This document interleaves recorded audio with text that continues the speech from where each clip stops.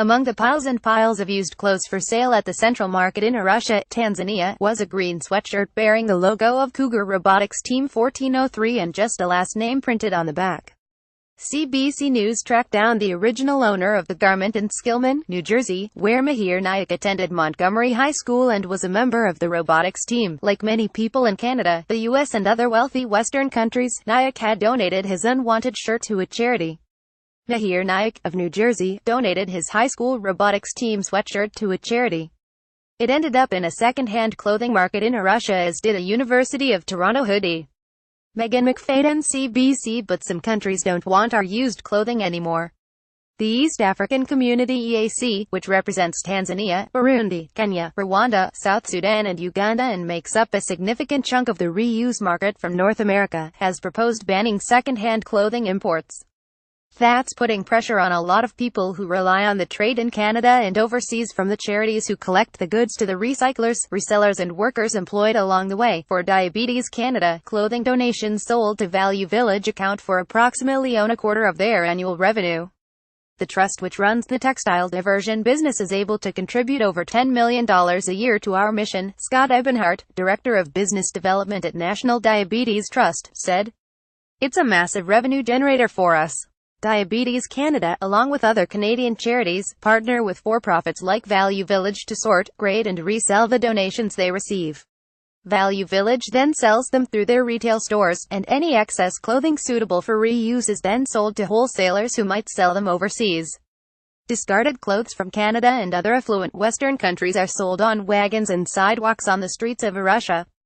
Megan McFadden, CBC. Frankly, there's not another thrift player in the marketplace that could actually handle the 100 million pounds 45 million kilograms that we are producing every year, Ebenhart said.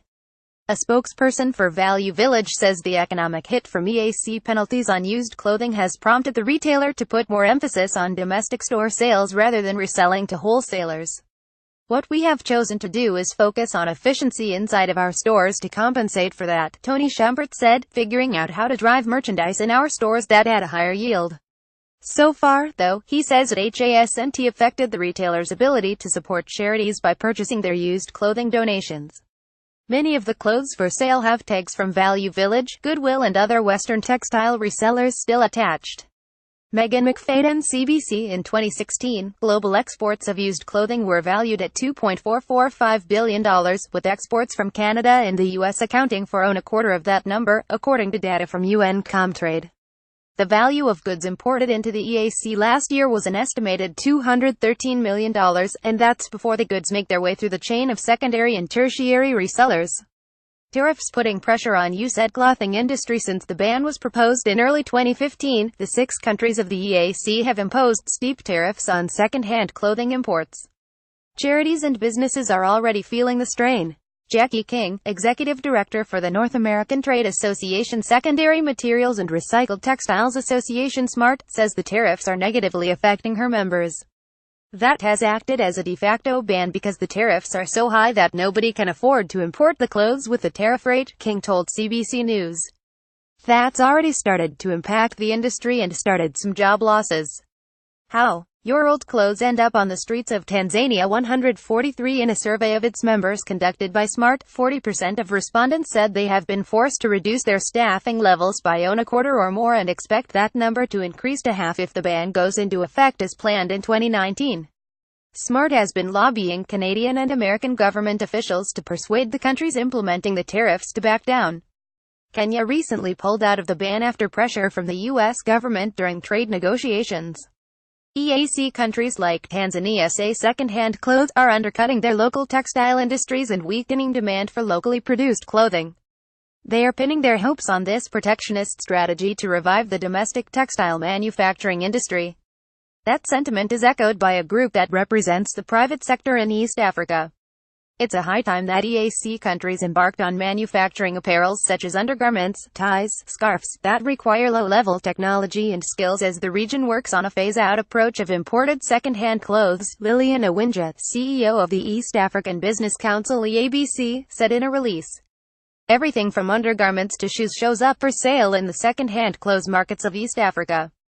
Megan McFadden, CBC. Awinja believes many job opportunities in fashion and design could be created by expanding the cotton processing industry locally. Currently only 15% of cotton is processed in the EAC.